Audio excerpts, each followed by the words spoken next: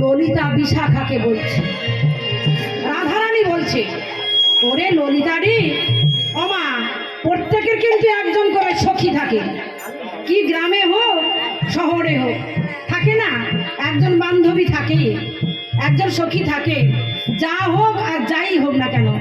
তাই সখী, প্রিয় নর্ম সখী হলো এখানে বৃন্দা দুটি সখী এবং ললিতা সখী। তা বৃন্দাকে কাছে ডেকে নিয়ে বলছে, ওরে বৃন্দিরি, প্রাণ বধূ তো চলে গেল, আমাকে কাঁদিয়ে আমাকে ফেলে দিয়ে বল না আমি এখন কি, আহা আমি এখন কি করি। শুধু তাও নয়, আমার এই যৌবনের কাছে যখন সবে মাত্র পুষ্প প্রস্ফুটিত হয়েছে, সবে মাত্র যখন আমার ফুল ফুটেছে, তখন প্রাণ বধূ আমার কি করলো না, উড়ে চলে গেল। যখন প্রস্ফুটিত হয়েছে ফুল, একটা ফুল ফুটেছিল, ফুলটা যখন প্রস্ফুটিত হলো, তখন সেই মধু পান করার জন্য আর ভ্রমর আসে না, ভ্রমর উড়ে চলে যাচ্ছে। কি করছে, প্রস্ফুটিত যখন হলো ফুলটা, ফুলের মধু পানে বিরত, মানে মধু খায় না, আর কি করে গুনগুন গুনগুন করে উড়ে বসে না, শুধু গুনগুন গুনগুন করে। তা পদকর্তা কলম দিলেন, যৌবন রূপ গাছ, এই দেহটি হলো যৌবন রূপ গাছ। দেহের মধ্যে কি হচ্ছে দেখুন, যাহা হয় বিশ্ব ব্রহ্মাণ্ডে তাহা আছে আমাদের নিজ ভাণ্ডে। গঙ্গা যমুনা কোথায়, গঙ্গা যমুনা সরস্বতী আছে, কিন্তু গঙ্গা যমুনা আমাদের কাছে আছে। গঙ্গা কোথায় থাকে, গঙ্গা থাকে কানের ধারে। হ্যাঁ, এই হচ্ছে সরস্বতী আর এই হচ্ছে ভাগীরথী, তার নয়নও হচ্ছে আমার সেই। তাই এখানে সখীদের ডেকে বলছি, সখীরে আমার যৌবনের গাছে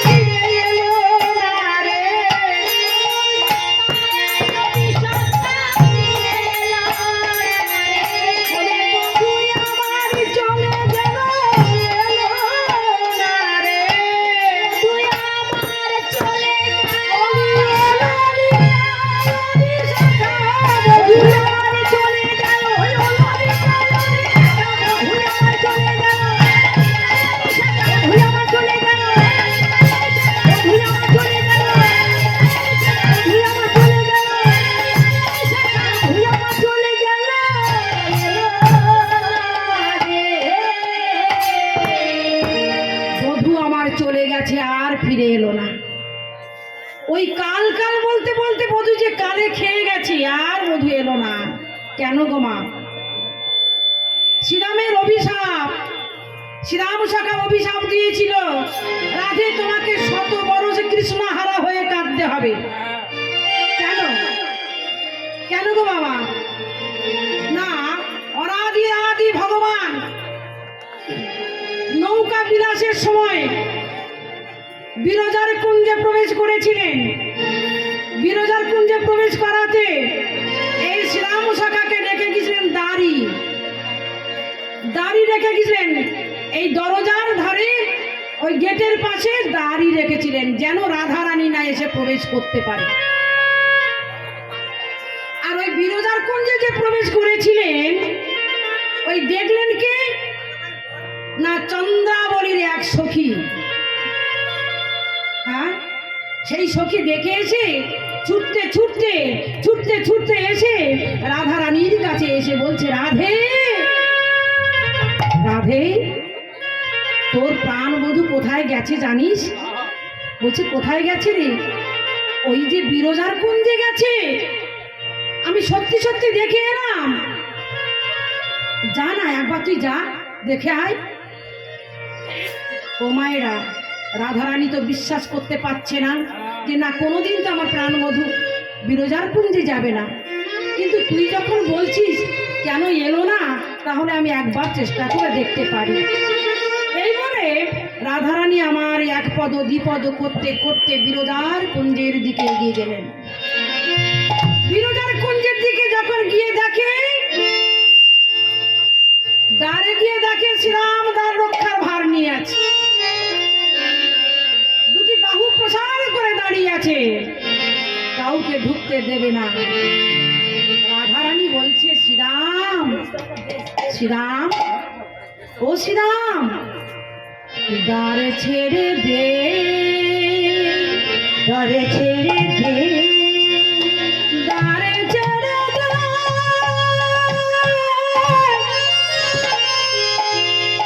দ্বার ছেড়ে দে।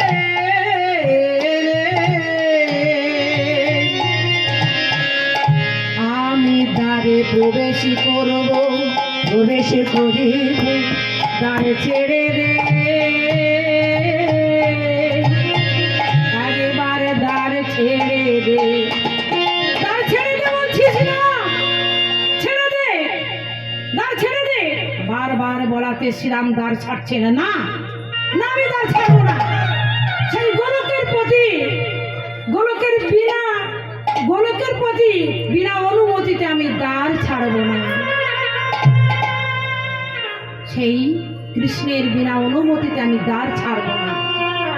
বারবার যখন বলছেন রাধারানী, দ্বার ছাড়ছেন না, তখন রাধারানী ক্রোধ ভরে রাগান্বিত হয়ে বলছে, শ্রীরাম, তুই কি দ্বার ছাড়বি না? তুই যদি না দ্বার ছাড়িস, তাহলে তোকে আমি অভিসম্পাদ দিলাম। তুই দৈত্য কুলে জন্ম হবি, দৈত্য কুলে জন্ম নিবি, দৈত্য কুলে জন্ম নেবে। শ্যাম আছড়ে পড়ে বলছে, ওরে রাধে, আমি তো শুধুমাত্র আমি কৃষ্ণ সেবা ছাড়াই আনে জানি না, আনে জানি না। ও যে আমার প্রাণ সখা, প্রাণের সখা, সখা, ও যে আমাদের ভাই কানাই, ও যে আমাদের প্রাণ বধূ, ও যে আমাদের সখা, আমাদের প্রাণ সখা। রাধে রাধে, রাধে রাধে।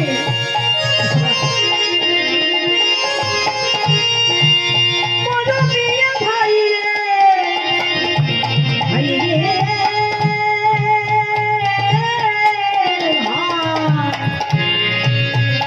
ভাই রে, ওরে আমার মরমিয়া।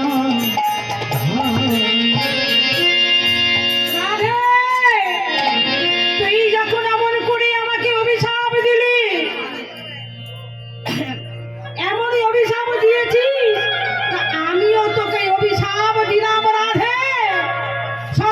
মানুষ তোকে কৃষ্ণ হারা হয়ে কাঁদতে হবে, কাঁদতে হবে, কাঁদতে হবে।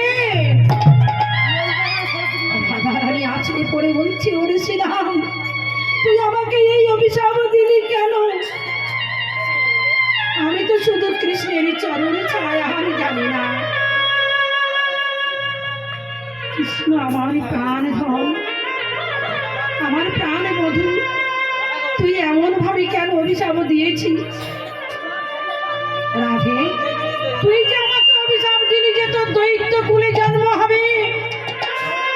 মা, দৈত্য কুলে জন্ম নিয়েছে বটে শ্রীরাম, নাম হলো কি? শ্রীরামের নাম হলো শঙ্খচূড় দৈত্য। আর এই শঙ্খচূড় দৈত্য কে বাবা? এখন প্রতি ঘরে ঘরে বাজে শঙ্খ, শঙ্খ।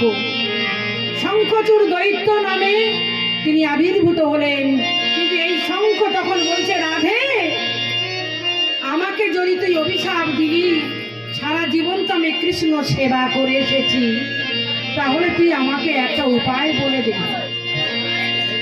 শ্রীরাম, তোকে আমি একটা উপায় বলছি, নাম তোর শঙ্খচূড় দৈত্য, তুই যেমন এই ভগবানের সেবা করে এসেছিস, আমি তোকে এইটুকু বলতে পারি, তুই প্রতি ঘরে ঘরে শঙ্খ হয়ে বাজিবি, ঘরে ঘরে শঙ্খ হয়ে বাজিবি, ঘরে ঘরে শঙ্খ হয়ে বাজিবি, ঘরে ঘরে শঙ্খ হয়ে বাজিবি, গোবিন্দ সেবা নিতে পারবে, ঘরে ঘরে শঙ্খ হয়ে বাজিবি,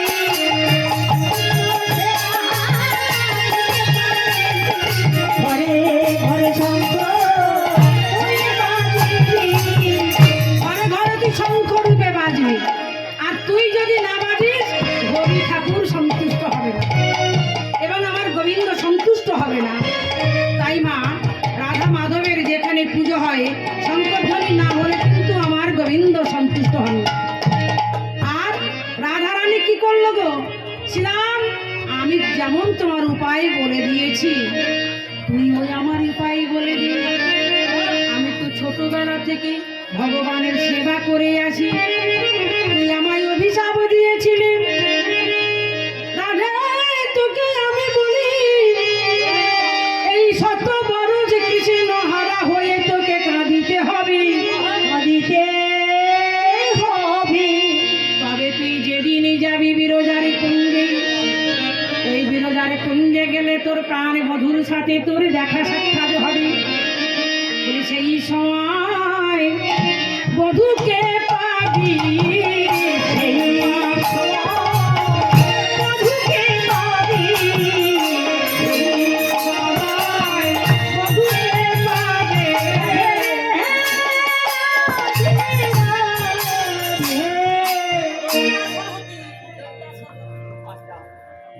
মাননীয় ললিতা সর্দার,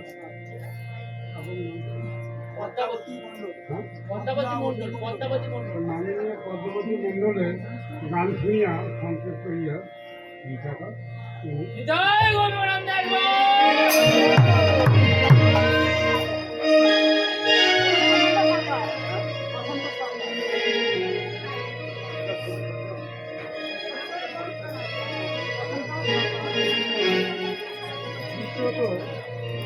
সবিতা সর্দার, মাননীয় সবিতা সর্দার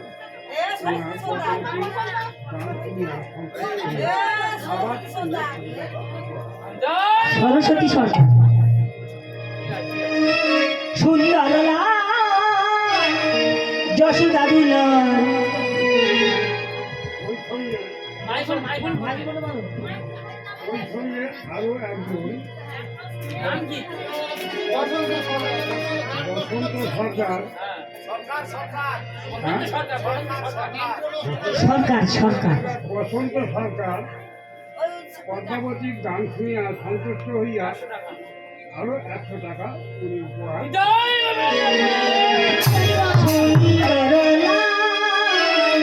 যশোদা দুলাল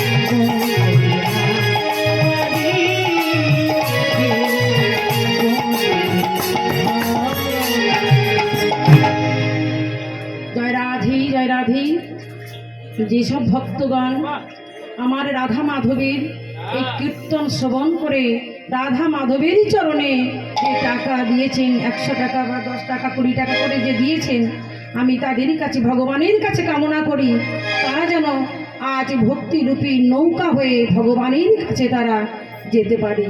জয় জয় নিতাই গৌর প্রেমানন্দে, হরি হরি বল, হরি বল। তাদের সংসার যেন ভালো থাকে, সুখে থাকে, তারা সবাই যেন ভগবানের সান্নিধ্যে তারা যেতে পারে।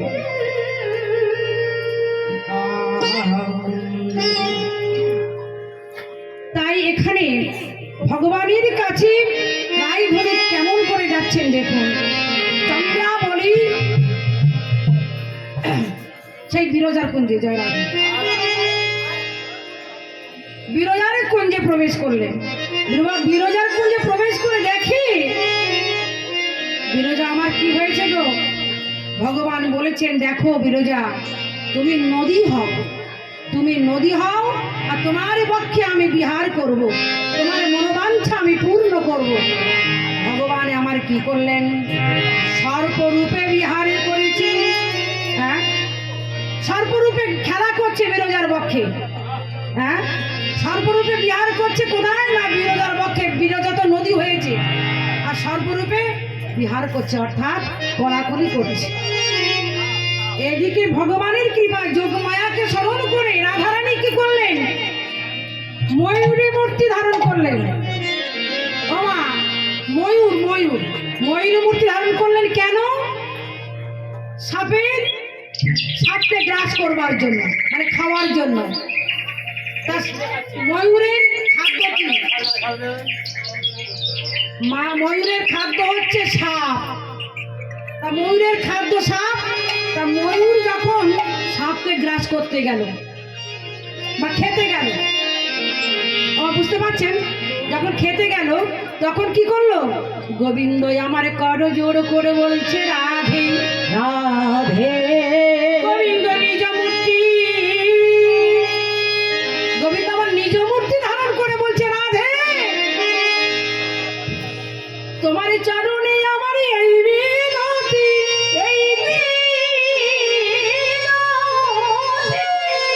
এই মিনতি রাধে, তোমার চরণে এই মিনতি, তুমি আমাকে আজ ছেড়ে দাও, তুমি আজ ছেড়ে দাও। তাই বলছে, প্রভু আমি যে তোমাকে ধরতে এসেছি, আমি তো ময়ূরী রূপ ধারণ করে এসেছি, তুমি আজ আমার একটা পুচ্ছ তোমার মাথায় রাখতে হবে। তাহলে দেখেন কতগুলো প্রশ্নের উত্তর বেরিয়ে গেল। ভগবানের মাথায় কেন ময়ূরের পাখা? ওই যে ওই সময় ময়ূরের পাখা, ময়ূরের পুচ্ছ ভগবান ওই বাম ধারে সবসময় চলে থাকে। সবসময় ওই ময়ূরের পাখাটা রাখে কেন? নয়তো ভগবানের মাথায় রাখার কোনো প্রয়োজনই ছিল না। বলছে এই প্রমাণটা থাকবে কোথায়? না বিরজার কাছে তুমি গিয়েছিলে, তোমাকে আমি ধরতে এসেছিলাম ময়ূর রূপে, আর তুমি আমার সেই পাখাটা মাথায় রেখেছো, তার প্রমাণ। নিতাই গৌর প্রেমানন্দে, হরি হরি বল, হরি বল।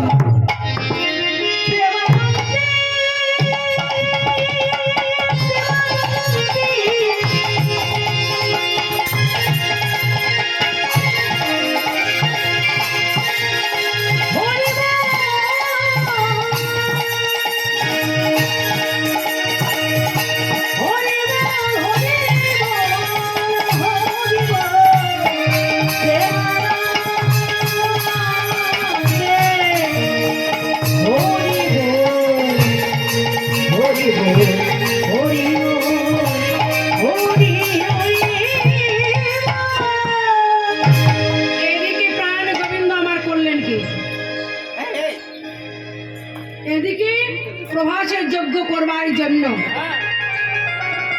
গোবিন্দ আমার মনস্থ করলেন, দাদা বলরামের সঙ্গে পরামর্শ করছে। এই যে যজ্ঞটা আজকে করছেন আমার গণেশ দাদা সবার সঙ্গে আলোচনা করে তো তারপরে যজ্ঞটা হচ্ছে। তা আজ আমার গোবিন্দ কি করলেন? দাদা বলরামকে ডেকে নিয়ে বলছে, দাদা আমি প্রভাস কুণ্ডে, প্রভাসে তীর্থে আমি যজ্ঞ করব, তুমি একবার অনুমতি দাও।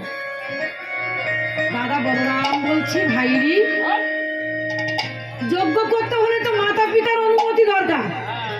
যে যজ্ঞে মাতা পিতা নাই সে যজ্ঞে কেমন করে যজ্ঞ হবে তুই বল। বলছে দাদা, দাদা গো, যজ্ঞ আমি করব কিন্তু আমি মাতা পিতাকে বলবো না। কেন বলবো না? তা আমি তোমার সঙ্গে বলবো না দাদা, আমি নারদের সঙ্গে বলবো, তোমার সঙ্গে বলবো না। নারদকে ডেকে নিয়ে বলছে, নারদ, নারদ। নারদ তো বিনা যন্ত্রে গান করতে করতে যাচ্ছে, হরে কৃষ্ণ, হরে কৃষ্ণ, কৃষ্ণ কৃষ্ণ